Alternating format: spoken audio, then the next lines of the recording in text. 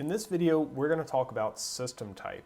And so system type is essentially just another way that we can use to quickly characterize the steady state error behavior of a system.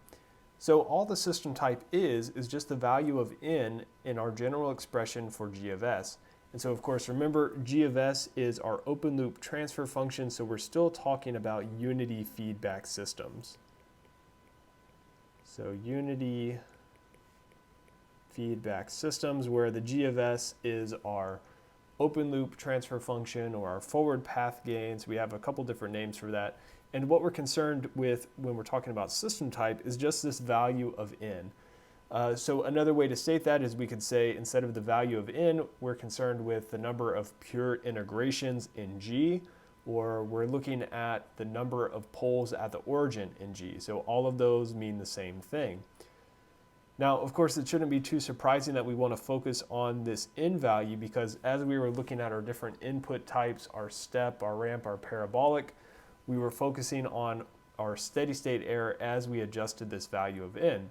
So what we're going to do now is we're going to take a look at the table. So this is going to be a table pulled from your textbook or adapted a little from your textbook on page 283.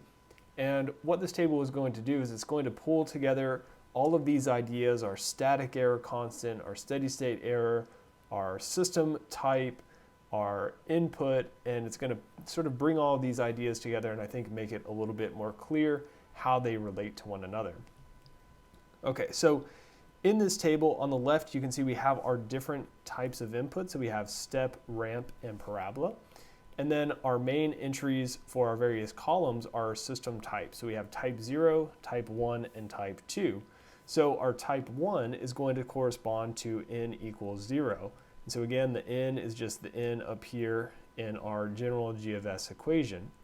Our type 1 is going to correspond to n equals 1, and our type 2 is going to correspond to n equals 2. So let's go ahead and start by taking a look at our type 0 system. So sort of going off what we had said before, we had defined our Kp, our static error constant, as being equal to the limit as limit as s goes to 0 of g of s. So let me just write that real briefly here. So this is the limit as s goes to 0 of g of s. And so what we said is if we have a type 0 system, the n here is 0, which means we're just going to have some finite Kp. So what we can say about this static error constant then is that it's just going to be some finite or some constant value. And so as we saw in our previous video with static error constants, that means our steady state error for this case of a step input to a type 0 system is going to be 1 over 1 plus Kp. Again, note that this is assuming we have a unit step input, so that's why we have a 1 up here. We'd have to adjust that if we have some type of gain. Through similar sort of arguments looking at our Kv and our Ka definition, so let me just copy those here real quick. So our Kv was the limit as s goes to 0 of sg of s, and our Ka is the limit as s goes to 0 of s squared g of s. So again, if our n is 0 for this type 0 system, then our Kv and Ka are both going to be equal to 0. So Kv is going to be 0 and Ka is going to be 0 for our ramp and parabolic inputs respectively. And so what we end up having then for our steady state error, remember it's 1 over Kv and 1 over Ka, so in both cases we have 1 over 0, which is going to be an infinite steady state error. And so what this is telling us then is if we have a type 0 system, we're going to get an infinite steady state error if we input a ramp or a parabolic input into that system. And then of course we're going to have some constant or finite steady state error if we have a step input. So moving on then to our type 1 system, which is of course just n equals to 1. So doing sort of a similar approach, now if we look at our Kp, for type 1 we know that this n value is going to be 1, so we have an extra s here sort of thrown in with that, or sorry, not with that, we have an s in the denominator, so we have something over s times something, And so what we're going to see then is that our Kp is actually going to be infinite in this case. So we have our Kp is equal to infinity. And so in general, our steady state error is 1 divided by 1 plus Kp, which is 1 over infinity. So our steady state error in this case is going to be 0. Through a similar argument, if we have the type 1 system, we have an s in the denominator, which is going to cancel out this s here, and that's going to leave us with some finite static error constant kv, our velocity constant, so this is constant, or some finite value. Our steady state error in general is defined as 1 over kv, so that's just going to be some finite value as well. Our ka, the s is going to cancel out with one of these, but we still have the s, so our ka is still going to be 0, and our steady state error defined as 1 over ka is going to be infinite.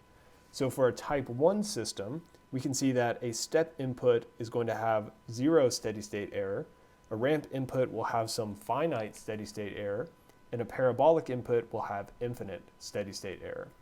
So then finally for type 2, we can say for the case of our Kp for a step input, so for our type 2, remember we have this n up here is going to be a 2, so we have an s squared term, so our Kp is still going to be infinite. And so that means we have 1 over infinity, so 0 steady state error. By a similar argument with our kv, because we have an s squared in our g, we still have a 1 over s when we take that limit of s goes to 0. So our kv is also going to be infinity. And 1 over infinity gives us a steady state error of 0. So then finally for our ka, now we have the s squared from our g of s up here, which is canceling out this completely, and we'll have our ka is some constant value, some finite constant.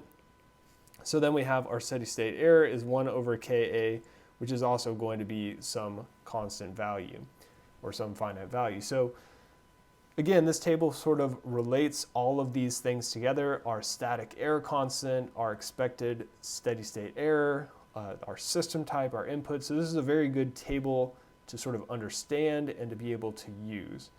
So with all of this in mind, we can then consider sort of a brief example. So let's say for some system, we're told that our Kp is equal to 1,000. So what information does that tell us? So what can we say about our system knowing just our Kp?